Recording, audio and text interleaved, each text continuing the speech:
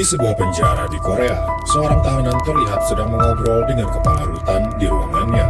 Anehnya, kepala rutan itu malah bersikap segan dan menurut. Kepala rutan itu memberikan sebuah kertas yang ternyata bertuliskan nomor rekeningnya. Jelas terlihat tahanan ini ternyata adalah orang berpengaruh yang sedang menyuap agar bisa mendapat fasilitas mewah di dalam penjara. Tahanan yang bernama Dong Suk ini diduga melakukan pencucian uang. Dari sana, si tahanan dibawa ke sebuah ruangan. Di ruangan itu sudah menunggu seorang pria bernama Hari.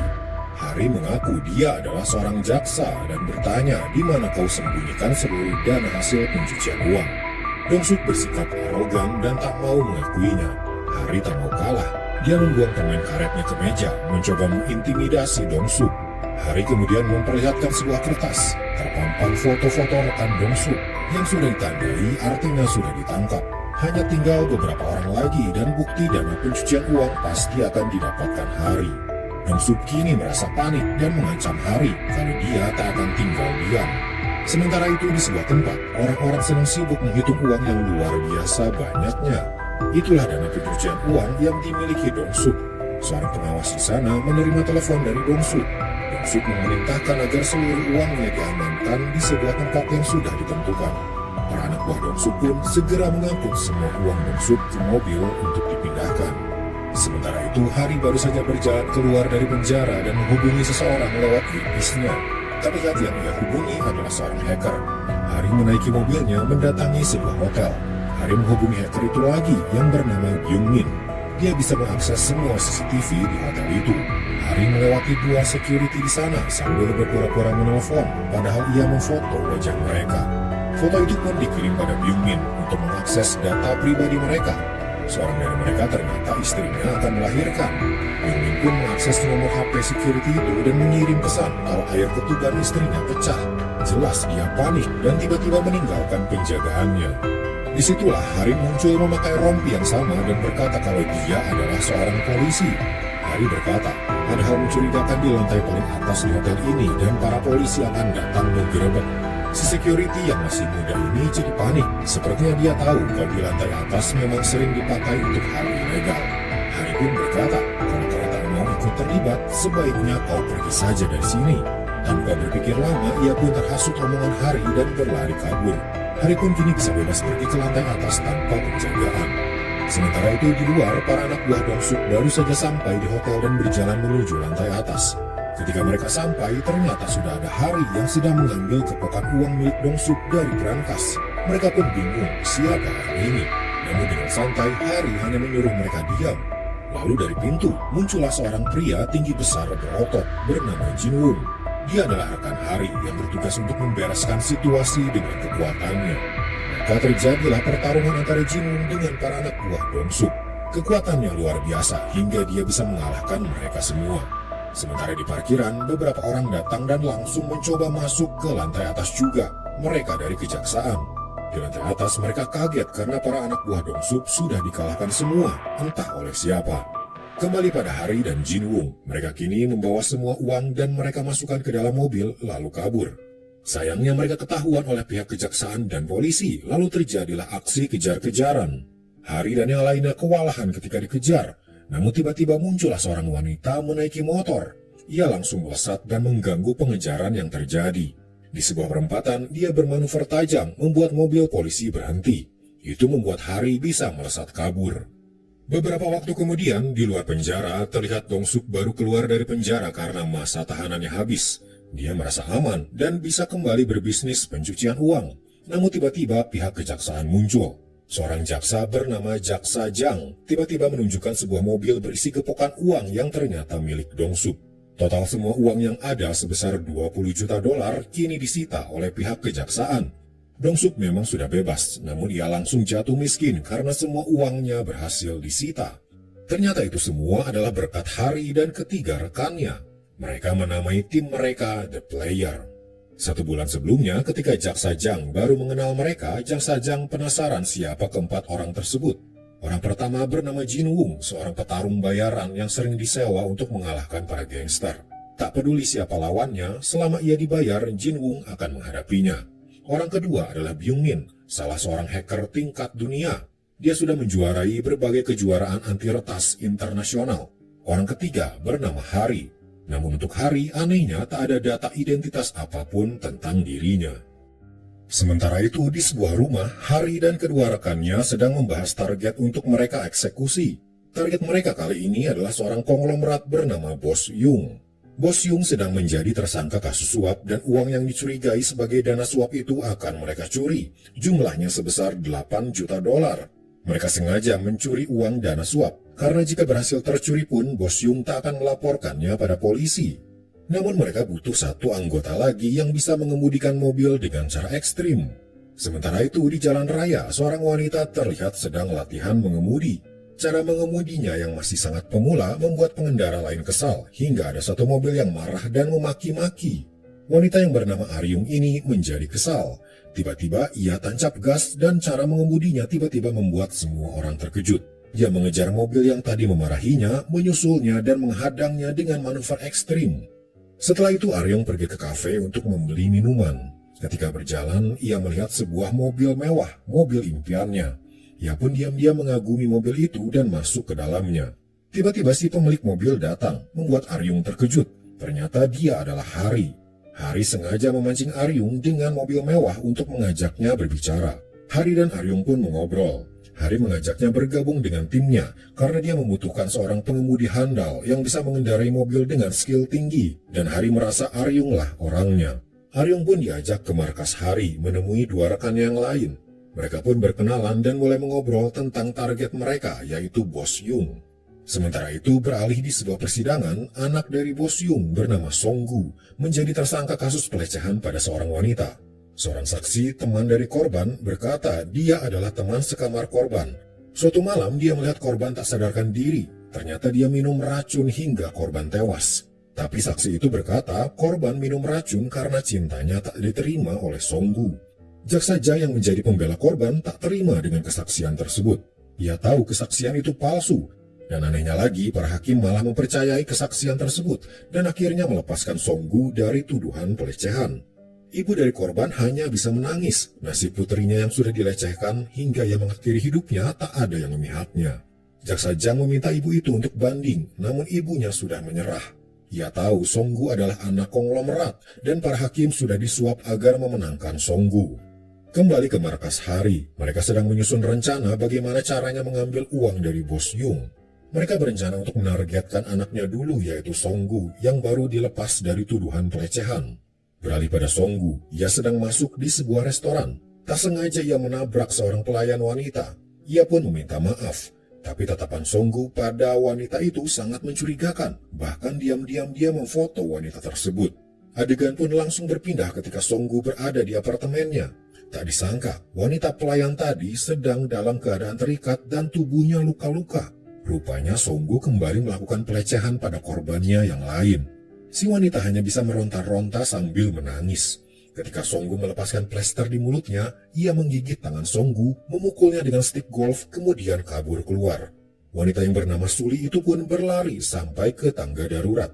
Ia mencoba menelepon polisi, melapor kalau dirinya mengalami pelecehan. Tapi dari belakang, Songgu muncul dan kembali membekapnya. Beralih ke markas Hari dan teman-temannya, Hari dan yang lainnya menemukan rekaman CCTV di depan apartemen Songgu. Terlihat dia bersama seorang wanita yang tampaknya dia sedang dipaksa. Mereka pun menelusuri siapa wanita itu yang bernama Suli.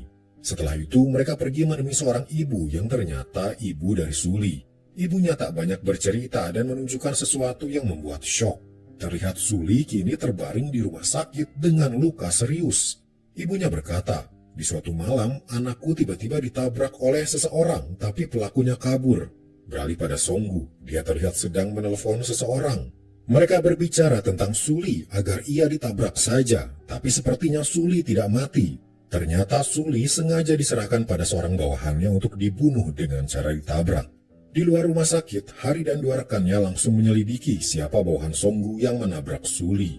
Saat mengeceknya, Byung Min mendapat sebuah link website. Dan ketika dibuka, ternyata isinya adalah Songgu yang sengaja merekam para wanita korban-korbannya sedang dilecehkan. Video itu kemudian dijual. Yang makin parah adalah, para korban pelecehan ini kemudian dihabisi agar mereka tak melapor. Namun laptop Byung Min tiba-tiba memberi sinyal warning. Lokasinya ternyata ketahuan. Tak lama muncul beberapa mobil ke arah mereka. Mereka ternyata adalah anak buah Songgu. Hari dan yang lainnya tak cukup waktu untuk kabur. Kaca mobilnya langsung dipecahkan. Lalu terjadilah perkelahian mereka bertiga melawan para anak buah Songgu. Sayangnya mereka kalah jumlah. Ketika Hari dan teman-temannya kewalahan, untungnya muncul Aryung. Hari dan yang lain langsung melompat masuk ke mobil, kemudian mereka melesat kabur. Untungnya mereka bisa lepas dari kejaran anak buah Songgu. Mereka pun kini melanjutkan mencari bawahan Songgu yang menabrak si wanita. Di sebuah jalanan kota, seorang pria sedang berjalan bersama seorang wanita. Tiba-tiba muncul Jin Wung dan Hari menghadangnya. Ternyata dialah bawahan Songgu yang menabrak si wanita. Ia pun langsung dihajar oleh Jin Wung. Setelah itu ia dibawa ke sebuah jalanan sepi. Jalanan itulah tempat dia menabrak si wanita. Si pria itu kini diikat dan diplester seluruh tubuhnya, tak bisa kabur. Hari menyuruh si pria untuk menceritakan semua tentang Songgu, tapi si pria menolak. Dengan tenang, Hari menyuruh Jin Wung yang ada di mobil untuk segera menyalakan mobilnya. Jin Wung mulai menjalankan mobilnya bermaksud menabrak pria itu. Pria itu ketakutan dan akhirnya berkata ia akan menceritakan semuanya. Setelah itu, Hari membawa si pria ke dalam bagasi mobilnya. Tapi Jin Wung menemukan ponsel di kantongnya dan melihat isi pesannya tentang si wanita korban pelecehan akan dibunuh di rumah sakit. Tanpa buang waktu, Hari pun segera melesat ke rumah sakit untuk menyelamatkan Suli. Untungnya Byung Min dan Aryung juga ikut membantu. Di rumah sakit, terlihat seorang dokter yang disuap oleh Songgu sudah menyiapkan suntikan untuk membunuh. Tapi ketika dokter itu mendatangi kamarnya, ternyata Suli sudah dibawa oleh Hari dan teman-temannya. Ia dibawa ke sebuah klinik. Kebetulan Hari mengenal seorang dokter di sana dan Suli bisa dirawat dengan tenang. Pagi harinya, Suli siuman. Dengan isak tangis, Suli menceritakan semua yang terjadi. Ia juga berkata, ketika pelecehan terjadi, ia sempat merekam suara dengan HP-nya. HP itu tetap ia pegang bahkan ketika tabrakan terjadi. Dari sana, Hari dan teman-temannya mengambil kesimpulan kalau HP-nya ada di pihak polisi. Tapi mereka ragu kalau HP itu akan menjadi barang bukti. Bisa saja dimusnahkan oleh oknum polisi yang sudah disuap oleh Songgu. Maka misi mereka sekarang adalah mengambil kembali HP milik Suli. Mereka mengecek siapa polisi yang menangani kasus ini. Setelah itu mereka pun menyusun rencana. Keesokan harinya mereka pun mendatangi kantor polisi. Di ruangannya terlihat polisi yang menangani kasus Suli sedang mengobrol dengan anak buahnya. Tiba-tiba dia ditelepon, diberitahu kalau mobilnya yang ada di parkiran tergores. Ia pun segera keluar ruangan. Ketika berjalan, tak sengaja ia menabrak wanita yang ternyata itu Aryung. Aryung ternyata mengambil ID card polisi tadi. Sementara itu, Jin Wung terlihat menyamar menjadi kurir makanan. Ia berkata pada para polisi di sana ada kiriman makanan dari atasan mereka. Mereka pun langsung senang dan segera menyantap makanan tersebut. Lalu Jin Wung diam-diam menuju laptop yang di dalamnya berisi file-file kasus terkini. Beralih pada Hari, ia bergabung dengan Aryung yang baru saja mendapat ID card, dan dengan kartu itu mereka masuk ke ruangan tempat semua barang bukti disimpan. Mereka pun mencari HP milik Suli. Setelah mereka mendapatkannya, mereka pun keluar dari sana. Polisi yang tadi mobilnya tergores marah ketika kembali ke ruangannya melihat anak buahnya malah asik makan. Ia juga makin marah ketika tahu kalau laptopnya menyala dan curiga ada orang yang mengambil datanya. Mereka segera keluar dan mencari siapa pelakunya. Lalu muncul sebuah mobil melaju kencang. Di dalamnya ada Hari dan teman-temannya. Para polisi pun segera mengejar mereka. Di dalam mobil, Byung Min berusaha untuk mengambil semua data yang tadi diambil dari laptop di kepolisian. Kemudian mereka berhenti di sebuah jalan dan berlari. Namun naasnya, mereka dihadang oleh kawanan gangster yang ternyata adalah anak buahnya Songgu. Inilah saatnya tugas bagi Jin Wung menghadapi mereka semua. Sementara Hari dan Byung Min menjauhi pertarungan dan naik ke atas gedung. Byung Min melanjutkan untuk mengakses semua datanya yang memang perlu waktu. Sementara itu, satu orang dari kawanan gangster berhasil mengejar mereka. Terjadilah pertarungan antara Hari dan dia. Hingga akhirnya Hari berhasil mengalahkannya. Mereka pun hendak pergi, tapi beberapa gangster mengejar mereka. Lalu tiba-tiba Hari berkata, "Serahkan semua datanya padaku," ujarnya. Byung Min pun memberikannya, lalu Hari tiba-tiba pergi meninggalkannya. Ketika keadaan sudah mereda, Byung Min, Jin Wung, dan Aryung menunggu Hari di mobil, tapi dia tak kunjung datang. Tiba-tiba para polisi yang tadi mengejar mereka muncul dan mengepung. Mereka tak bisa kabur lagi. Mereka pun diikat di sebuah gedung terbengkalai. Lalu seorang polisi terlihat sedang menelpon. Dia ternyata menelpon Bos Yung, memberitahu kalau para pengacau sudah mereka ikat. Namun tanpa diduga, Bos Yung berkata, "Sudah, biarkan saja mereka, karena seorang dari mereka sudah bertemu denganku." Ternyata saat ini Hari sedang ada bersama Bos Yung. Teman-teman Hari terlihat syok ketika mengetahui kalau Hari bersama Bos Yung. Di sana Hari berkata kalau dia punya bukti anaknya yang bernama Songgu melakukan pelecehan dan bahkan merencanakan pembunuhan. Hari kemudian berkata, "Jika kau memberikanku uang tebusan, semua bukti ini akan kuserahkan padamu." Bos Yung yang seorang pengusaha kaya tak ingin aib anaknya itu tersebar karena akan mempengaruhi bisnisnya. Maka ia pun menyetujui permintaan Hari. Hari ingin uang itu berbentuk cash. Seorang anak buah Bos Yung mengambilkan uangnya. Hari memperhatikan anak buah itu keluar dari pintu berwarna merah membawa setas uang. Hari pun mendapatkan uang itu dan harddisk berisi bukti itu pun segera diserahkan pada Bos Yung. Sementara itu di kantor kejaksaan, Jaksa Jang tiba-tiba mendapat telepon bahwa ada korban Songgu yang kini dirawat di sebuah klinik dan ia punya bukti pelecehannya. Beralih pada teman-teman Hari, mereka kini ditinggal di gedung dan kini mereka berusaha melepaskan diri. Aryung ternyata bisa menggunakan tali sepatunya untuk memotong ikatan di tangannya. Akhirnya mereka semua pun bisa lolos. Tapi ketika mereka hendak berjalan keluar, para gangster bayaran Songgu sudah siap menghadang. Jinwoo pun langsung maju paling depan untuk menghadapi mereka. Beralih pada para polisi yang berkomplot dengan Songgu, mereka kini mendatangi klinik tempat Suli dirawat, bermaksud menghilangkan bukti. Tapi mereka kaget ketika di dalam ruangan sudah ada Jaksa Jang menunggu mereka. Jaksa Jang pun membuka tirai di kamar itu dan terlihatlah Suli yang dibalut perban. Jaksa Jang sudah tahu kalau para polisi ini berkomplot dengan Songgu dan kini mereka pun langsung ditahan oleh kejaksaan. Beralih pada Hari, kini dia datang ke gedung tempat teman-temannya tadi disekap. Tapi teman-temannya sedang marah padanya karena mereka mengira Hari berkhianat. Mereka pun menemukan Hari yang sedang berpura-pura tidur. Di dalam mobil, Hari menjelaskan kalau itu adalah bagian dari rencananya untuk menangkap Songgu. Teman-temannya masih kesal, namun mereka akhirnya percaya dan kini sedang melakukan misi berikutnya. Mereka mendapat info kalau Songgu malam ini akan membuka sebuah yayasan dan dihadiri oleh ayahnya dan juga para pejabat. Hari dan Aryung masuk duluan, menabrak seorang pegawai dan mengambil ID card-nya agar mereka bisa ikut masuk ke dalam acara tersebut. Di dalam, ketika acara belum dimulai, Hari mengobrol dengan seorang MC acara itu, mengalihkan perhatian, sementara Aryung mengakses laptopnya agar bisa terkoneksi dengan laptop Jungmin yang ada di mobil. Setelah selesai, mereka berdua pun pergi dari sana. Tak lama kemudian, Songgu dan ayahnya, Bos Yung, datang ke dalam ruangan dan acara pun dimulai. Acara itu memperlihatkan betapa dermawannya Songgu karena mendirikan yayasan untuk masyarakat Korea. Namun di dalam mobil, Byung-min sudah mempersiapkan hal mengejutkan untuk acara itu. Tayangan di layar tiba-tiba berubah, terpampang catatan kriminal Songgu dan Bos Yung. Semua yang menyaksikan kaget, dan wartawan yang ada di sana segera sibuk memfoto. Lalu dari speaker, terdengar suara rekaman Songgu yang sedang melecehkan Suli. Jelas terdengar kalau Songgu juga akan menyuap hakim dan jaksa dan dia tak akan masuk penjara.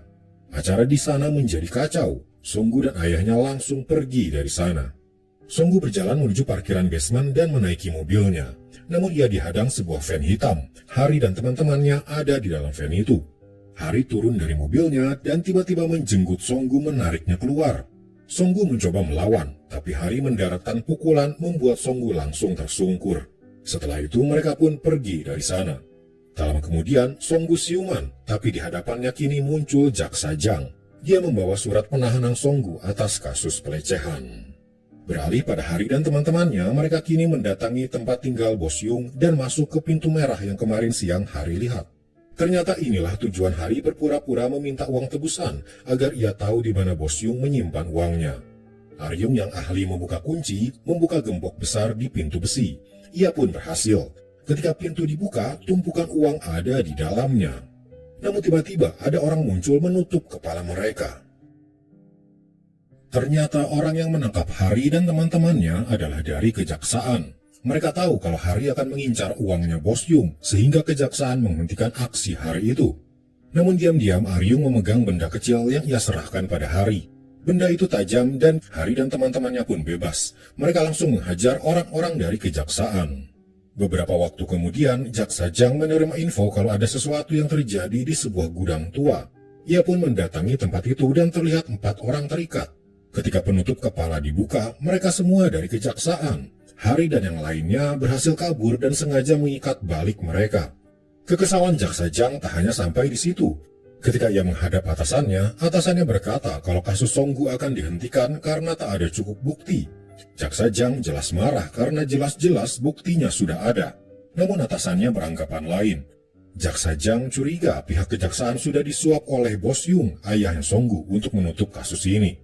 Lalu pada suatu hari di rumahnya, Jaksa Jang sedang menyelidiki siapa sebenarnya Hari dan rekan-rekannya itu. Tiba-tiba seseorang mengetuk pintu, seorang kurir datang untuk mengantar paket. Jaksa Jang sedang sibuk menelpon, ia tak sadar siapa kurir itu. Ketika berbalik, ternyata Hari. Jaksa Jang kesal karena ia seperti dipermainkan. Namun Hari bersikap santai. Hari berkata, "Aku sudah tahu tentang penghapusan kasus Songgu. Aku menawarkan kerjasama," ujar Hari. "Aku akan menangkap siapapun kriminal yang kau cari, tapi sebagai imbalannya, uang mereka akan menjadi milik kami." Jaksa Jang hanya tertawa sinis mendengar penawaran Hari itu. Ia pun menyuruh Hari keluar dari rumahnya. Sebelum keluar, Hari berkata, "Kau tahu kenapa kau sulit menangkap penjahat? Karena penjahat tak punya etika ketika merampas uang dari rakyat kecil, sementara kalian para penegak hukum terpaku pada etika yang menyedihkan." Jaksa Jang marah. "Apa aku harus seperti mereka dan melanggar hukum?" teriaknya. Hari ingin berdebat dengan Jaksa Jang, tapi ia hentikan di tengah pembicaraannya. Ia hanya memberikan kartu namanya lalu pergi. Sementara itu berita-berita di media terus menayangkan aksi para penjahat, mulai dari pengusaha kotor, pejabat korup, dan lain-lain. Mereka masih bebas berkeliaran, atau paling tidak mereka dihukum ringan, tak sepadan dengan kejahatan yang sudah mereka perbuat. Hal itu membuat Jaksa Jang kembali memikirkan pembicaraannya dengan Hari waktu itu. Sementara itu di markasnya, Hari sedang menonton berita tentang seorang pengusaha yang diduga terlibat kasus suap. Tiba-tiba kasusnya dihentikan dan dia dibebaskan. Ironisnya yang memutuskan bahwa pengusaha tersebut tak bersalah adalah atasan Jaksa Jang sendiri. Sementara si pengusaha yang bernama Presdirna terlihat sudah bebas dari penjara dan tanpa rasa bersalah ia kembali menjalani hidupnya. Di kantor kejaksaan, terlihat Jaksa Jang bertemu dengan atasannya dan bertanya kenapa kasus Presdirna ditutup. Lagi-lagi atasannya berkilah kalau tak ada cukup bukti, makanya dia dibebaskan. Atasannya menantang Jaksa Jang, "Kalau kau ingin kasusnya dilanjutkan, bawalah bukti kuat padaku." Kemudian Jaksa Jang terlihat menelpon seseorang. Ternyata yang ditelepon adalah Hari. Jaksa Jang berkata, "Aku berubah pikiran. Sekarang aku menyetujui kerjasama kita," ujarnya. Setelah menunggu beberapa waktu, Jaksa Jang pun datang ke markas Hari. Teman-temannya belum diberitahu akan hal ini, jadi jelas mereka kaget dan takut jangan-jangan mereka akan ditangkap. Hari pun menjelaskan apa yang terjadi kalau sekarang Jaksa Jang ada di pihak kita. Mulai sekarang Jaksa Jang akan memilihkan target untuk kita tangkap, lalu uangnya akan kita ambil. Jaksa Jang menjelaskan, target kita saat ini bernama Presdirna, seorang pengusaha kaya yang lepas dari kasus suap karena dianggap kurang bukti. Tugas kalian adalah mendapatkan bukti agar dia bisa dijebloskan ke penjara. Bawakan bukti padaku, lalu kalian boleh mengambil semua uang Presdirna. Aku akan tutup mata. Terang saja itu membuat Hari dan teman-temannya bersemangat. Mereka pun mulai mencari info tentang Presdirna ini. Dia adalah pemilik sebuah perusahaan. Tapi selain itu, diam-diam dia juga adalah pemilik dari sebuah arena pertarungan semacam MMA, tapi ilegal. Di sana menjadi ajang taruhan dan perputaran uang di sana juga besar, membuat Presdirna mendapat banyak uang dari bisnis ilegalnya itu. Hari kini punya ide untuk memasukkan seorang dari mereka masuk menjadi petarung di sana. Siapa lagi kalau bukan Jin Wung yang akan menjadi petarungnya. Keesokan harinya misi pun dimulai. Hari memulainya dengan mendekati seorang rekan bisnis Presdirna. Dia adalah seorang agen yang biasa menyalurkan para petarung pada Presdirna. Untuk mendekati wanita ini, Hari menggunakan Byung Min untuk mencari info di sosial medianya agar obrolannya nyambung sehingga Hari bisa dipercaya. Hari berkata kalau dirinya juga seorang agen juga sambil memberikan kartu nama yang sengaja ia buat sebelumnya. Misi itu pun membuahkan hasil. Hari kini sudah akrab dengan wanita tersebut, sampai-sampai Hari diundang untuk acara yang akan dihadiri oleh Presdirna juga. Di sana Hari pun bertemu dengan Presdirna. Dari caranya mengobrol, Hari langsung tahu kalau orang ini adalah orang yang arogan dan suka merendahkan orang lain. Setelah dari sana, Presdirna dan wanita rekannya itu mengobrol tentang bisnis arena pertarungannya. Presdirna sedang butuh petarung baru.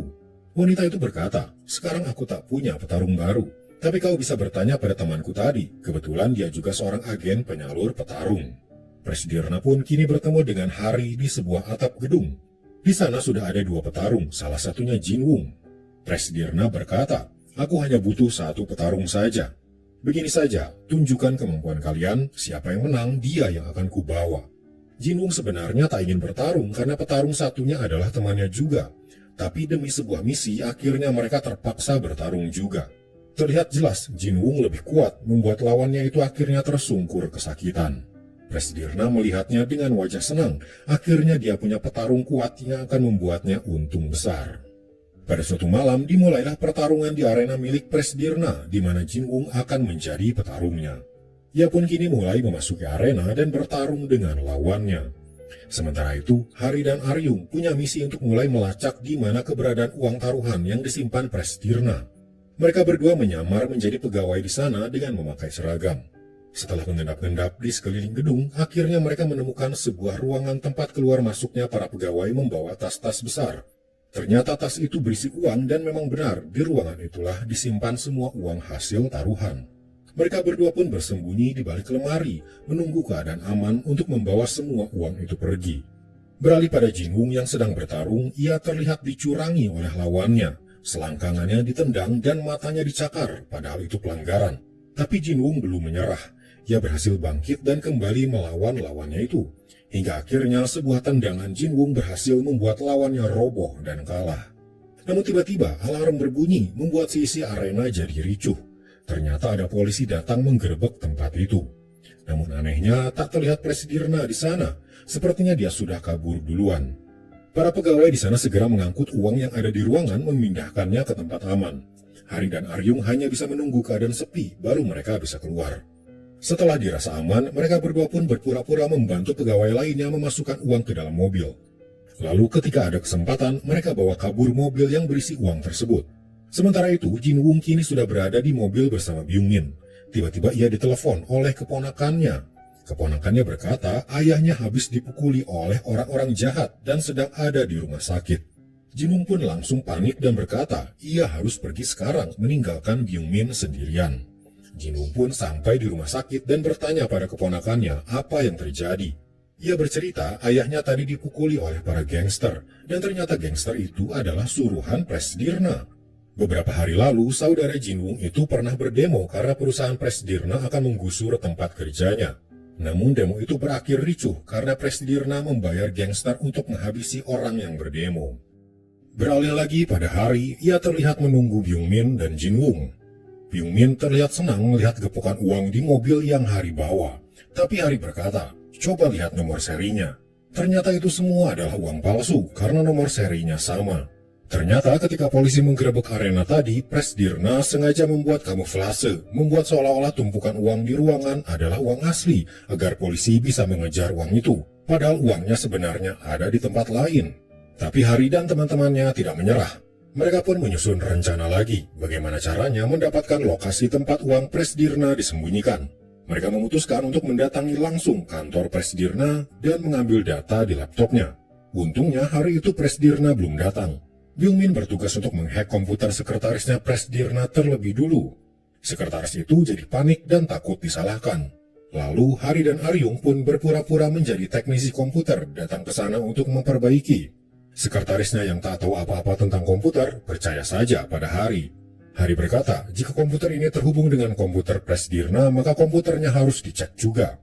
Maka Hari dan Aryung masuk ke ruangannya Presdirna dan mulai mengambil semua data yang ada di dalamnya.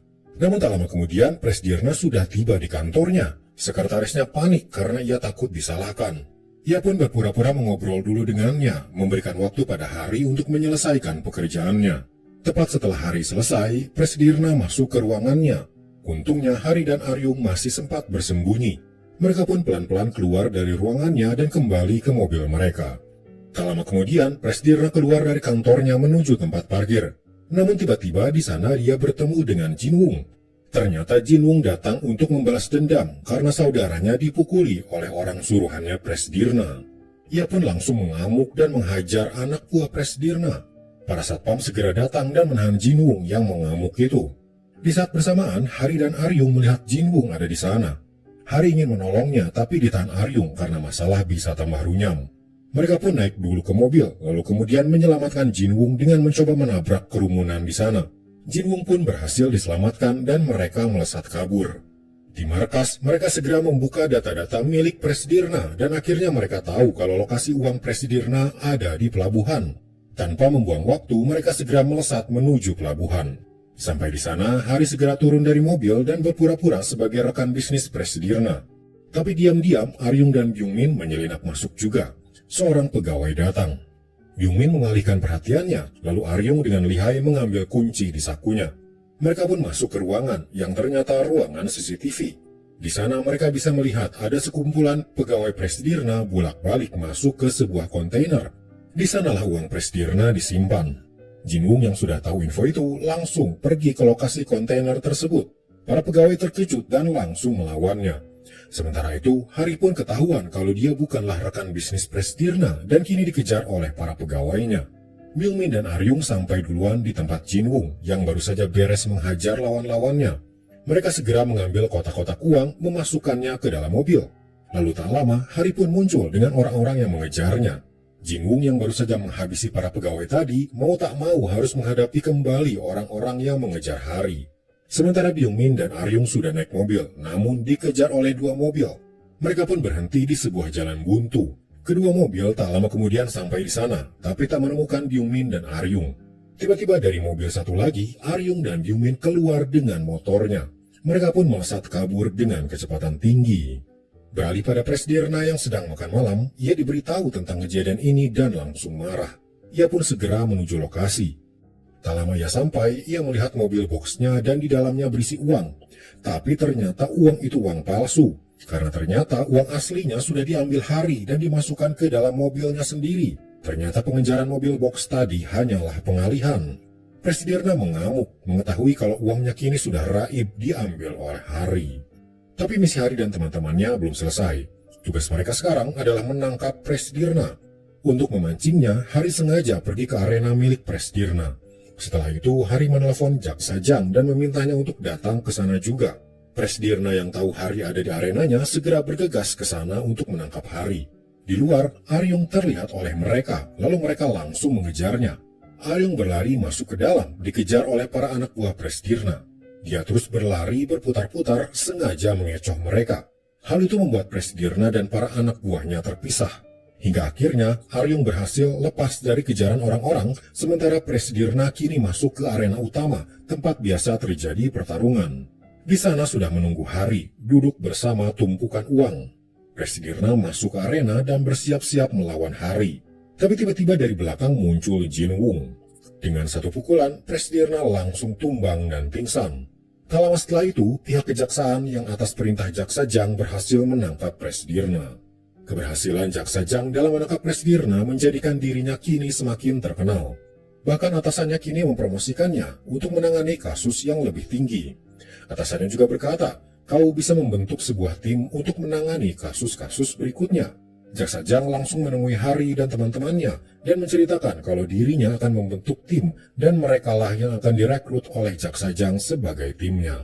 Mereka pun setuju karena dengan bergabung dengan Jaksa Jang, mereka seperti mendapat dukungan dari pihak pemerintah. Scene flashback ke 15 tahun lalu. Pada suatu malam, seorang jaksa terlihat akan pulang ke rumahnya. Ia masuk ke dalam lift. Namun tiba-tiba lehernya diikat dan diangkat. Ia meronta-ronta, namun tak ada yang menolong. Di luar kantor, Jaksa Jang yang masih muda baru saja sampai di kantor. Ia kaget ada hantaman keras di belakangnya. Ternyata sesuatu jatuh menimpa mobilnya. Yang membuatnya ngeri adalah karena sesuatu itu adalah manusia. Dia adalah teman Jaksa Jang. Dia langsung panik dan berteriak meminta pertolongan.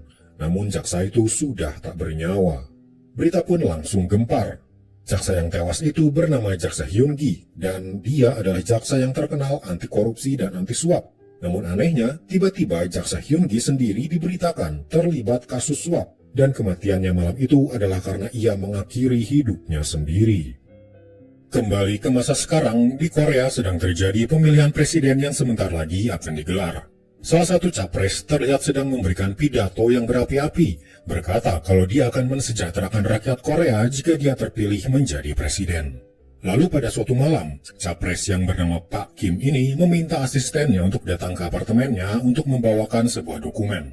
Asisten itu pun masuk ke apartemen, tapi keadaan di sana gelap. Tiba-tiba muncul Pak Kim dengan hanya memakai handuk mandi, membuat asistennya kaget dan mulai takut. Ulah Pak Kim makin menjadi karena ia memaksa asistennya untuk menemaninya. Asistennya langsung kabur keluar membuat Pak Kim marah. Di jalan, asisten yang bernama Haeju itu mendapat telepon ternyata dari istrinya Pak Kim. Bukannya membela Haeju, istri Pak Kim malah mengancamnya dan memfitnahnya sebagai wanita penggoda. Dan jika Haeju berani melapor, ia dipastikan akan mendapat akibatnya. Haeju pun lanjut berjalan pulang. Ketika dia sudah sampai di apartemennya, dia tiba-tiba didatangi 3 orang polisi, langsung memeriksanya tanpa ada pemberitahuan apapun. Seorang polisi diam-diam mengambil sekantong bubuk putih, lalu menuduh bungkusan itu adalah obat terlarang yang ada di tasnya Haeju. Haeju pun langsung ditangkap. Sementara itu, Hari dan teman-temannya, mereka sudah mendengar tentang kasus seorang asisten calon presiden yang bernama Haeju, tiba-tiba didakwa membawa obat terlarang di dalam tasnya. Hal ini sangat mencurigakan, karena menurut riwayat hidupnya, Haeju punya sakit jantung, tak mungkin dia mengonsumsi obat terlarang. Mereka pun mendatangi persidangan Haeju untuk melihat perkembangan kasus itu. Haeju dibantu oleh seorang pengacara. Sebelumnya, pengacara itu bertemu dengan Ibu Haeju yang meminta bantuan agar putrinya itu dibela, karena Ibu Haeju yakin anaknya tak bersalah. Pengacara yang bernama pengacara Jin ini pun bersedia melakukannya. Tak hanya sampai di situ, Hari pun sampai mendatangi Haeju yang ditahan di penjara. Haeju menceritakan yang sebenarnya, bahwa ia sebenarnya dilecehkan oleh Pak Kim, lalu istrinya Pak Kim menelpon mengancamnya. Kemudian beberapa polisi mendatanginya dan memfitnahnya membawa obat terlarang. Ternyata tak hanya Pak Kim yang menghalalkan segala cara untuk nanti memenangi pemilu, tapi istrinya pun membantu suaminya itu mendapatkan posisi presiden dan tak keberatan jika harus mengotori tangannya sendiri. Lalu suatu hari, Hari dan teman-temannya mendapat info kalau capres Pak Kim ternyata mendapat modal uang untuk pemilu dari seorang berinisial Mr. X. Uang itu dikirim oleh seorang pria yang ketika dicek CCTV ternyata dia juga pernah ada hubungannya dengan kasus pencucian uang di kasus sebelumnya yang pernah Hari tangani. Mereka pun segera melacak pria itu. Byung-min berhasil menghack HP si pria dan ia langsung melacak keberadaannya. Lokasinya pun ditemukan. Hari dan teman-temannya langsung menuju tempat itu. Sementara itu, si pria terlihat sedang menelpon di telepon umum, tapi tiba-tiba muncul sekelompok gangster langsung meringkusnya. Kemudian ketika Hari dan yang lain sudah tiba di lokasi, mereka tak bisa menemukan pria itu. Aryung yang pertama melihat ada yang mencurigakan di telepon umum, bercak darah yang masih segar. Datang juga seorang warga di situ. Dia tadi menelpon polisi karena ada seorang pria tiba-tiba dipukuli dan dibawa paksa oleh segerombolan orang berpakaian hitam. Hari pun segera pergi untuk mencari si pria tersebut. Sementara itu, di sebuah gedung kosong, pria itu dibawa pada seseorang. Ternyata dia dibawa pada istri Pak Kim. Si pria ternyata berniat untuk berkhianat pada Pak Kim dan yang bertugas membereskannya adalah istrinya. Pria ini pun kini dibekap lalu disuntik sesuatu. Seketika kesadarannya menghilang lalu hanya dalam hitungan menit nyawanya melayang. Asisten istri Pak Kim melihat ini dengan ekspresi ngeri. Dan yang lebih mengejutkan, ternyata istri Pak Kim tiba-tiba berkata, ada satu lagi pengkhianat di antara kita. Ia mengecek satu persatu anak buahnya, lalu ketika di depan asistennya, ia memperlihatkan seseorang. Ternyata dia pengacara Jin. Pengacara Jin ternyata satu komplotan dengan Pak Kim. Ia berpura-pura menjadi pengacara untuk membantu para korban Pak Kim. Tapi data dari para korban malah dilaporkan balik pada Pak Kim dan istrinya, agar Pak Kim bisa memanipulasi kalau dirinya tak bersalah. Dan sialnya beberapa hari kemarin, asisten dari istri Pak Kim ini mendatangi pengacara Jin, meminta bantuan atas kelakuan istri Pak Kim yang sering melakukan kejahatan demi menutupi kasus-kasus suaminya itu. Asisten itu kini dibekap lagi dan disuntik juga. Tak lama kemudian, Hari dan teman-temannya sampai di gedung yang sama. Mereka hendak masuk ke gedung, tapi tiba-tiba sesuatu jatuh menimpa mobil. Asisten itu jatuh dari ketinggian. Dia segera dibawa ke rumah sakit. Di rumah sakit, semua orang menunggu. Hari pergi keluar untuk menelpon seseorang, yaitu teman dokternya bernama Yoni. Hari ingin Yoni membantunya saat itu juga, tapi jangan sampai orang lain tahu. Setelah itu, Hari pun menghubungi Jaksa Jang karena dia punya bukti untuk menangkap istri dari Pak Kim. Jaksa Jang dan para anak buahnya pun segera pergi dari sana. Istri Pak Kim terlihat arogan dan merasa tak tahu apa-apa. Tapi Pak Jang memperlihatkan sesuatu, yaitu asistennya yang waktu itu disuntik dan terjatuh menimpa mobil. Ternyata dia masih hidup. Istri Pak Kim kaget dan dia sudah tak bisa berkutik lagi. Ia pun langsung ditangkap saat itu juga. Ternyata waktu itu Hari menelpon Yoni adalah mereka diam-diam menyembunyikan asisten itu di kliniknya Yoni, lalu membuat berita seolah-olah dia sudah mati. Asisten yang ternyata masih hidup itu adalah bukti tak terbantahkan, sekaligus menjadi saksi kalau istri Pak Kim mencoba membunuhnya. Berita ditangkapnya istri Pak Kim pun segera tersiar. Pengacara Jin juga ditangkap karena terbukti berkomplot dengan istri Pak Kim. Lalu di sebuah mobil, terlihat seseorang sedang menelpon pengacara Jin yang sudah dipenjara. Sosok inilah yang dijuluki Mr. X, yang ternyata dalang di balik semua kejahatan yang dilakukan Pak Kim, istrinya, dan pengacara Jin. Lalu pada suatu hari, Hari mendapat telepon dari Yoni, temannya yang seorang dokter. Hari diminta datang ke rumahnya. Sampai di sana, Yoni terlihat melamun tanpa ekspresi. Ia berkata, sepertinya ayahku datang ke rumahku ketika aku tak ada. Ia mengambil sesuatu yang sudah kusimpan selama 15 tahun, yaitu sebuah kunci. Dulu ayahku menitipkan kunci itu padaku dan kini ia mengambilnya. Kunci untuk apa itu? Tanya Hari. Tapi akhirnya Hari juga paham, itu adalah kunci sebuah berangkas berisi uang. Ternyata Yoni adalah anak dari Won Gi, seorang pengusaha yang membuat seorang jaksa tewas dari ketinggian. Kejadian itu yang terjadi 15 tahun lalu. Dan jaksa itu bernama Hyun Gi, rekan jaksa Jang dulu. Yoni meminta agar Hari menemukan ayahnya itu karena sudah 15 tahun dia menghilang dan kini tiba-tiba ia muncul lagi. Setelah itu, Hari kembali ke markasnya dan membicarakan hal ini pada teman-temannya. Ia juga mengajak Jaksa Jang untuk menangani kasus ini karena ini ada hubungannya dengan kasus kematian Jaksa Hyun-gi, teman Jaksa Jang 15 tahun lalu. Target mereka bernama Won Gi, seorang pengusaha yang 15 tahun lalu terlibat kasus penipuan saham. Dia diduga menipu sebuah perusahaan agar mendapat investasi 180 juta dolar. Tapi tiba-tiba perusahaan itu bangkrut. Uang 180 juta dolar itu tiba-tiba lenyap begitu saja. Won Gi mendapat komisi 5 juta dolar dari hasil menipunya, setelah itu ia kabur. Kaburnya dia diduga dibantu oleh seorang jaksa bernama Jaksa Hyun Gi, teman Jaksa Jang. Hyun Gi lalu tewas setelah dia membantu Won Gi. Jaksa Jang tiba-tiba marah. Ia berkata, berita Jaksa Hyun Gi membantu Won Gi adalah fitnah, dan kematiannya dibunuh oleh seseorang. Beralih di sebuah ruangan, terlihat Mr. X memerintahkan anak buahnya menemui seseorang di penjara. Yang dia temui adalah Dong Sup, yang di awal film terlibat kasus pencucian uang. Ternyata Dong Sup adalah bawahannya Mr. X, dan dia ingin Dong Sup melakukan sesuatu untuknya. Pengaruh Mr. X sangat kuat, karena kini Dong Sup bisa bebas dalam waktu singkat berkat bantuannya.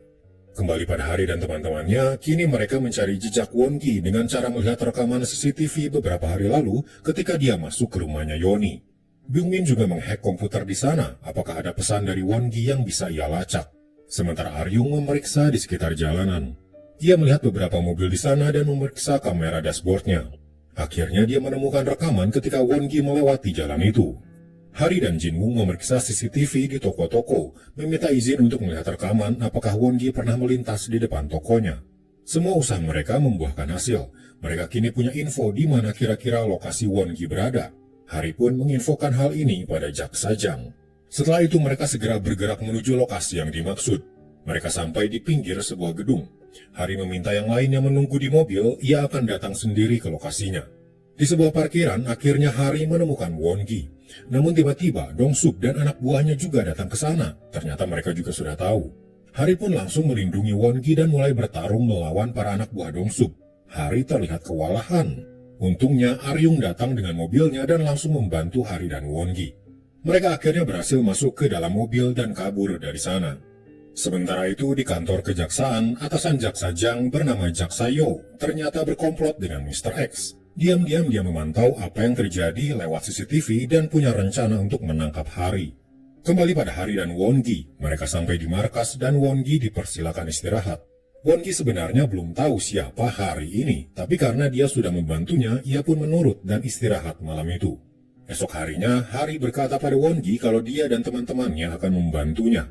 Won Gi percaya dan berkata dia harus pergi ke sebuah tempat bernama Hasongdo. Tapi di perjalanan, ternyata mereka sudah dihadang oleh para polisi yang sudah diperintah oleh atasannya Jaksa Jang, yaitu Jaksa Yo. Hari terpaksa harus melumpuhkan para polisi itu untuk melanjutkan perjalanan. Sementara itu, Jaksa Jang mendapat info kalau ada polisi yang diserang. Ia langsung tahu itu adalah Hari dan teman-temannya. Ia pun segera menyusul mereka. Lokasi bernama Hasongdo ternyata ada di seberang pulau. Perlu perahu untuk mencapainya. Hari melihat ada perahu baru saja menepi. Dengan keahliannya menipu, Hari langsung ngobrol dengan si pemilik kapal berpura-pura akrab. Aryung yang ahli mencopet mengambil kunci kapal di sakunya. Mereka pun mengambil alih kapalnya dan pergi menuju Hasongdo. Sampai di Hasongdo, ternyata mereka sudah dihadang oleh para polisi lagi. Won-gi bersembunyi sementara Hari dan teman-temannya mencoba mengalahkan para polisi yang menghadangnya. Kemudian Won-gi diam-diam kabur, pergi menuju suatu tempat. Ia melewati hutan. Ternyata Won-gi pergi ke tempat ia menyembunyikan seluruh uangnya yang 15 tahun lalu disimpan. Tapi tiba-tiba Hari berhasil mengejarnya. Won-gi langsung bersikap waspada. Ia takut uangnya akan direbut oleh Hari. Tapi Hari mengatakan sesuatu yang membuat Won-gi terkejut. Hari berkata, jika kau mengambil uangmu sekarang, kau akan dibunuh oleh Mr. X. Orang-orang yang kemarin mengejarmu adalah para anak buahnya Mr. X. Jika kau ingin menangkap Mr. X, kau harus bersaksi atas kejadian 15 tahun lalu pada polisi, ujar Hari. Tentu saja Won-gi menolaknya. Ia tak ingin berurusan dengan polisi dan dipenjara hanya untuk menangkap Mr. X. Tapi Hari berkata, bukankah kau ingin hidup bahagia dengan putrimu, Yoni? Mendengar nama anaknya disebut, seketika ekspresi Won-gi berubah. Ia ingat ketika dulu ia sangat dekat dengan anak satu-satunya itu. Tapi semenjak dia menipu dan menjadi buron, hubungannya sudah tak baik lagi. Tapi jauh di lubuk hatinya, dia sangat menyayangi putrinya. Kau tahu, ujar Hari lagi, selama 15 tahun kau menghilang, Yoni selalu menunggu ayahnya kembali. Ia dicap sebagai anak penipu, tapi ia hadapi itu semua. Seumur hidupnya, Yoni masih menantimu. Seketika Won-gi menangis dan tersadar betapa dia sudah membuat putrinya menanggung beban hidup yang berat akibat ulahnya. Akhirnya Won-gi berkata, baiklah, aku bersedia ditangkap dan mengakhiri ini semua demi putriku. Hari lalu mendapat telepon dari teman-temannya dan memberitahu lokasi mereka berada. Tak lama teman-temannya bersama Jaksa Jang datang ke sana. Won-gi pun ditangkap tanpa paksaan. Won-gi akan menjadi saksi penting untuk mengungkap kejahatan Mr. X yang menjadi dalang dari berbagai kasus kriminal besar. Esok paginya Won-gi akan masuk ke dalam mobil, tapi di kejauhan Yoni datang ke sana. Jaksa Jang pun mempersilakan Won-gi menemui putrinya itu. Mereka pun bertemu setelah 15 tahun lamanya. Tapi satu hal mengejutkan terjadi. Won-gi ditembak dari belakang tepat di kepala. Bawahan Jaksa Jang menembak Won-gi. Yoni hanya bisa mematung melihat kejadian mengerikan di depan matanya. Bawahan Jaksa Jang segera ditangkap dan diinterogasi. Jaksa Jang masuk ke ruangan. Bawahannya itu langsung meminta maaf. Ia sendiri sebenarnya tak ingin melakukannya. Ternyata sebelumnya dia diancam. Istri dan anaknya yang masih bayi disekap oleh Mr. X. Terpaksa dia harus membunuh Won-gi untuk menyelamatkan istri dan anaknya itu. Dia sangat menyesal dan hanya bisa menangisi apa yang telah diperbuatnya. Sementara itu di rumahnya, Yoni hanya diam termenung, seolah dia tak tahu harus melakukan apa. Hari datang ke sana untuk menemaninya. Ketika mengobrol, akhirnya tangis Yoni pecah mengingat ayahnya kembali. Beralih ke markas, Byung-min terlihat sedang melihat info tentang Won-gi. Lalu tak sengaja dia juga melihat profil Jaksa Hyun-gi yang tewas 15 tahun lalu. Tiba-tiba raut wajahnya berubah. Lalu ketika Hari datang dan menyapanya, Byung-min seperti ketakutan dan menutup laptopnya. Hari sempat curiga, namun dia segera mengalihkan pembicaraan ke hal lain. Kini mereka berdiskusi berencana untuk menangkap Mr. X, dalang dari semua rentetan kasus ini. Byung-min langsung bergerak untuk melakukan sesuatu yang penting. Dia tahu kalau salah satu anak buah Mr. X adalah Dong-sup. Ternyata Byung-min dulunya adalah salah satu pegawai Dong-sup sebelum dia bergabung bersama Hari. Dia tahu kalau Dong-sup punya bisnis di internet, yaitu penggiringan opini publik di internet sesuai keinginan pesanan. Byung-min menemui salah satu temannya yang masih bekerja di sana. Temannya itu berkata, Dong-sup saat ini masih melakukan bisnis itu. Byung-min menduga pasti ada juga data tentang rencana besar Mr. X di database perusahaan Dong-sup, karena rencana besar itu melibatkan pejabat besar dan pengusaha kaya. Byung-min meminta tolong untuk meminjam ID temannya itu agar ia bisa masuk ke perusahaan Dong-sup lagi. Sesampainya di sana, dia langsung men-tap ID untuk membuka pintu. Di dalam sudah ada banyak pegawai yang bekerja. Ia menyelinap ke salah satu komputer yang kosong. Byung-min segera menghack sistem yang ada di sana, mencoba mengambil semua database yang ada. Keamanannya sangat ketat. Salah satu langkah, sistem akan memberi alarm peringatan. Tapi untungnya Byung-min bisa membobol dan mulai mengcopy semua data yang ada di sana. Namun ternyata sinyal peringatan masuk ke komputer Mr. X. Seseorang sedang membobol datanya. Mr. X segera menyuruh Dong-suk pergi ke kantor untuk menangkap si hacker. Dong-suk dan anak buahnya segera datang dan menyuruh semua pegawai di sana berhenti bekerja. Keadaan di sana cukup gelap sehingga Dong-suk perlu waktu untuk mengecek siapa yang sedang menghack sistem di sana. Ia akhirnya menemukan sebuah meja kosong. Terlihat pengkopian sudah 100%, lalu melihat Byung-min yang sedang kabur. Dia dan para anak buahnya langsung mengejar Byung-min. Di luar, di balik semak-semak, Byung-min segera mengirimkan database tadi ke email Hari, lalu meninggalkan tabnya di situ. Sementara dia kembali berlari. Tapi Byung-min berhasil ditangkap. Dong-suk bertanya, di mana file yang barusan kau ambil? Di semak-semak terlihat file itu sudah terkirim pada Hari. Hari melihat isi filenya dan terkejut dengan apa yang ia lihat. Ia segera melesat menuju tempat Byung-min. Sementara Byung-min terlihat sudah babak belur karena sedari tadi dipukuli habis-habisan. Akhirnya setelah lama bertahan, Hari sampai di sana untuk menolong Byung-min. Ia pun segera menghajar para anak buah Dong-suk dan langsung membawa Byung-min ke dalam mobilnya. Hari kemudian menelpon Pak Jang karena isi file yang tadi dikirim Byung-min sangatlah mengerikan. Tapi yang mengangkat adalah asistennya karena Pak Jang sudah pergi ke tempat atasannya. Hari melihat file itu lagi, tertulis rencana pembunuhan Jaksa Jang. Hari pun segera menyusul ke sana. Jaksa Jang akan terbunuh malam ini. Sementara itu Jaksa Jang sudah sampai di sebuah gedung lalu menaiki lift. Ada satu orang di dalam lift. Tiba-tiba orang itu menekan tombol kunci dan menyerang Jaksa Jang. Jaksa Jang tak bisa melawan karena ia tak bisa berkelahi. Tapi tiba-tiba pintu lift dibuka paksa oleh seseorang, ternyata dia Jin-woong. Jin-woong langsung melindungi Jaksa Jang dan berkelahi melawan si pria.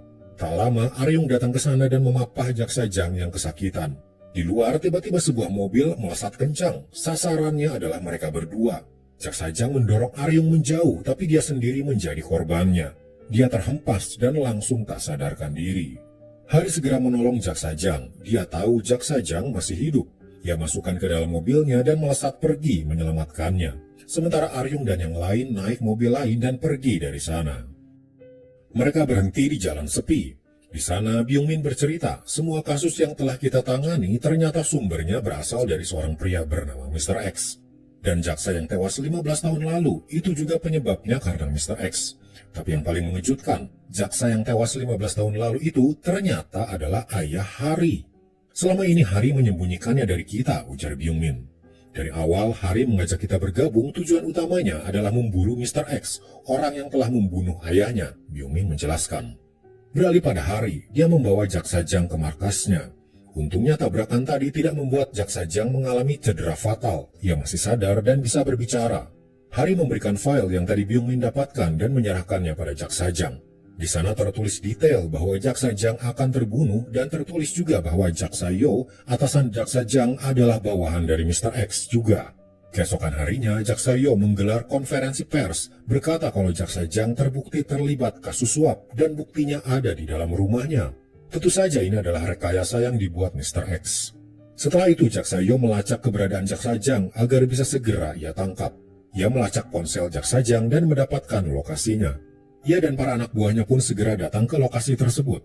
Tapi tanpa ia tahu, ternyata ponsel itu sengaja dibawa oleh Hari dan ditempatkan di sebuah gudang kosong untuk mengecoh Jaksa Yo. Ketika para anak buah Jaksa Yo berpencar, Hari langsung datang dan mengancam Jaksa Yo.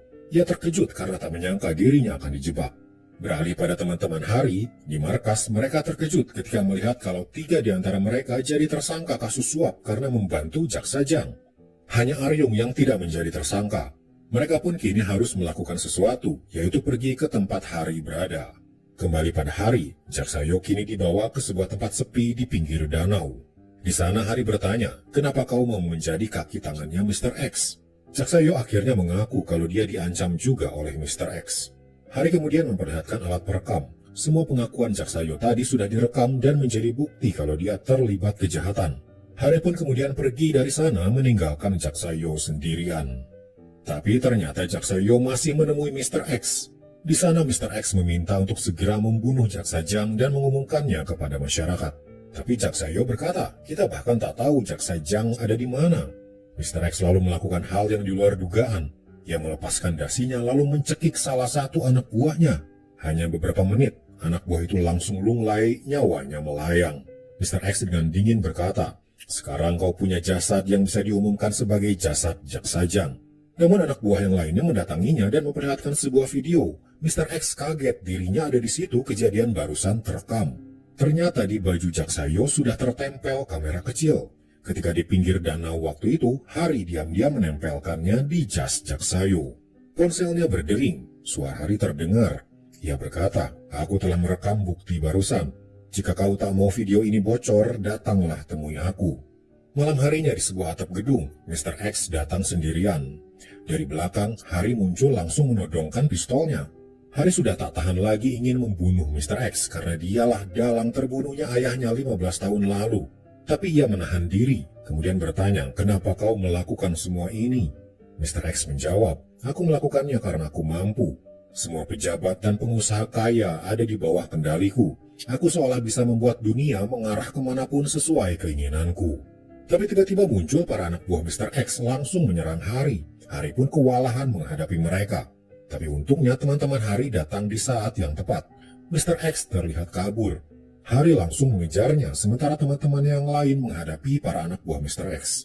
Tapi sayang, Mr. X berhasil lolos. Hari naik ke mobilnya untuk mengejarnya, tapi ia tak tahu kemana harus pergi. Teman-temannya lalu datang. Mereka berkata, "Jangan bertindak gegabah." Byung-min kemudian berkata, "Sebelumnya aku sudah memasang alat pelacak di mobilnya Mr. X, jadi kita bisa melacak kemana dia pergi." Hari berterima kasih pada mereka dan merasa tak enak, karena mereka sudah tahu pengejaran Mr. X ini adalah dendam pribadinya, bukan lagi seperti misi-misi mereka sebelumnya. Hari berpikir sejenak, lalu berkata, "Kalau begitu Byung-min dan Jin-woong ikut di mobilku, Aryung menyetir van." Byung-min dan Jin-woong awalnya bingung kenapa Aryung harus dipisah sendiri. Tapi akhirnya mereka paham, sementara Aryung masih belum mengerti. Mereka bertiga pun naik mobil Hari. Mereka ingat kalau mereka bertiga kini sudah menjadi tersangka dan akan ditangkap polisi. Mereka sengaja memisahkan Aryung agar Aryung tidak terlibat misi kali ini. Mereka ingin Aryung selamat. Mobil van yang dikendarai Aryung ternyata sudah dimodif dan bisa dikendalikan oleh Byung-min. Maka dari itu, Byung-min kini mematikan mobil tersebut. Aryung yang tak tahu apa-apa heran ketika mobilnya tiba-tiba mati. Ia melihat mobil Hari terus melaju. Ia mencoba memanggil lewat alat komunikasi tapi tak ada jawaban. Aryung kini sadar kalau yang lain sengaja meninggalkannya demi keselamatannya. Sementara itu, Hari dan yang lainnya sudah sampai di sebuah parkiran gedung. Mereka pun segera masuk ke sana dan melumpuhkan beberapa security yang berjaga. Mereka langsung bisa menguasai control room, di mana mereka bisa mengendalikan CCTV yang ada. Terlihat ada beberapa pejabat dan pengusaha yang sedang menuju sebuah ruangan. Hari meminta Byung-min untuk mematikan seluruh listrik di gedung itu. Sementara itu, Mr. X sudah menunggu para pejabat di sebuah ruangan. Ketika mereka sedang rapat, tiba-tiba listrik padam. Hari memakai kacamata night vision, mencoba menyelinap masuk ke dalam ruangan itu. Ruangan itu gelap gulita, jadi Hari tak terlihat dan ia juga berusaha tak membuat suara. Ia masuk ke dalam lalu menempelkan kamera kecil, ternyata untuk merekam semua yang terjadi di dalam ruangan itu. Lalu listrik kembali menyala. Tiba-tiba sebuah ponsel menayangkan apa yang terjadi di dalam ruangan. Ternyata bukan hanya direkam, semua kejadian itu langsung live di internet. Seluruh masyarakat Korea bisa menontonnya. Jaksa Jang yang tahu kalau itu ulah Hari segera pergi mencari Hari ke gedung itu. Namun tak ada yang menduga ternyata Hari masih ada di dalam ruangan. Kini ia juga muncul di live.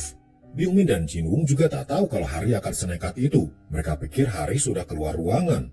Di dalam ruangan Hari berkata, "Aku adalah anak dari Jaksa Hyun-gi yang tewas 15 tahun lalu. Ayahku difitnah menerima suap dan dibunuh oleh Mr. X." Hari melanjutkan, "Lihatlah ini, apa yang sedang terjadi di ruangan ini kini disiarkan ke seluruh Korea." Mr. X kini merasa terpojok, dia benar-benar tak bisa berkutik. Ia memukul Hari, tapi Hari mengelak dan menonjoknya. Setelah itu Hari keluar ruangan dan sudah ada Byung-min dan Jin-woong di sana. Lalu para polisi datang. Mereka segera menangkap Mr. X dan para pejabat. Jaksa Jang juga datang ke sana dan memperlihatkan surat penangkapan untuk Mr. X. Sementara itu Hari dan kedua temannya kabur ke atap gedung. Di sana Hari malah berbaring karena di sana sudah jalan buntu. Sepertinya dia sudah pasrah kalau dirinya akan ditangkap. Kedua temannya pun melakukan hal yang sama. Walaupun akan ditangkap, mereka tampak senang karena akhirnya dendam Hari pada Mr. X sudah terselesaikan. Tak lama kemudian, para polisi sampai di atap dan segera memborgol mereka. Namun diam-diam mereka meninggalkan ponsel di sana. Terlihat kalau ponsel itu sedang mengirim sesuatu. Di markas, ternyata Aryung sudah ada di sana setelah sempat terkurung di dalam mobil. Di komputer yang menyala, sebuah email masuk. Ketika dibuka, ternyata sebuah video berisi Hari dan kedua temannya. Mereka memberi salam perpisahan pada Aryung detik-detik sebelum mereka ditangkap. Pesan terakhir itu membuat Aryung terharu dan juga sedih. Mereka sudah menganggap Aryung seperti adik mereka dan Aryung juga menganggap mereka seperti kakak-kakaknya. Beberapa hari kemudian, persidangan Hari, Byung-min dan Jin-woong pun digelar. Walaupun mereka membantu menangkap Mr. X, di kasus-kasus sebelumnya mereka terbukti menggunakan kekerasan, pelanggaran, dan juga menghack sistem keamanan banyak perusahaan. Sasajang datang menjadi saksi. Tapi tak hanya itu, dia juga ternyata akan mengaku bahwa dirinya adalah bagian dari mereka. Karena Jaksa Jang sempat bergabung dengan mereka menangani beberapa kasus. Dia merasa ikut bertanggung jawab atas tertangkapnya mereka. Jaksa Jang memberikan bukti berupa rekaman suaranya ketika pertama kali bertemu Hari dan teman-temannya di markas waktu itu. Namun ketika diputar, ternyata rekaman itu malah memutar musik. Ternyata Byung-min diam-diam sudah menghack ponsel Jaksa Jang dan menghapus bukti rekamannya untuk menyelamatkan Jaksa Jang. Persidangan pun selesai dan mereka bertiga dibawa menuju mobil tahanan. Jaksa Jang meminta waktu untuk berbicara sebentar. Hari berkata, sudah sepantasnya kau tidak di penjara. Kalau kau juga di penjara, siapa yang akan menangkap orang-orang jahat di luar sana?